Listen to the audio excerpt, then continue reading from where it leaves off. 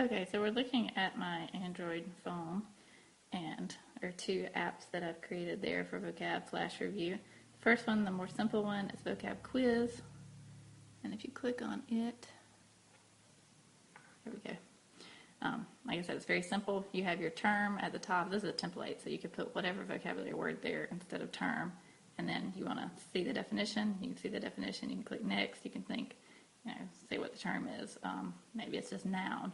Think to yourself, a person, place, or thing. Then you show the definition to test yourself, and you go next.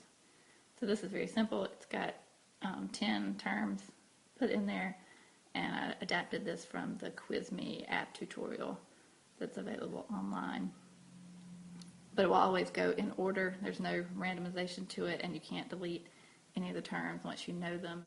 So I wanted to do something a little more complicated. I had to get some help from a friend who has a little more experience with programming, and this is what we came up with. So this is I call it the vocab flash. I actually intended to eventually make it switch terms by shaking the phone, and I can do that, but I think it actually will be a little more cumbersome to use that way, so I decided not to. Let's see if I can get an angle so you can read the buttons. This camera sometimes is kind of hard to work with. Is it going to show? You can see all of them except the top one. All right, the top button says definition. You can see the term there, and then next and exclude terms and exit. So it works pretty much like the other one, except the terms are going to be random. So you see the definition, right? And you can click next, and you see that you're giving them in random order. Okay, so you might get the same term in a row because it's just going random. Say term 3, term 3. You got it down pat, you don't want to review it anymore. You can go to exclude terms, see term 3, and click on I know this.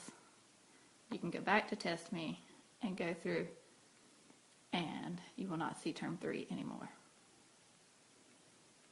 Okay, and again, you can click the definition, and you can go to exclude term. Maybe you know term 5 now, so you want to exclude it.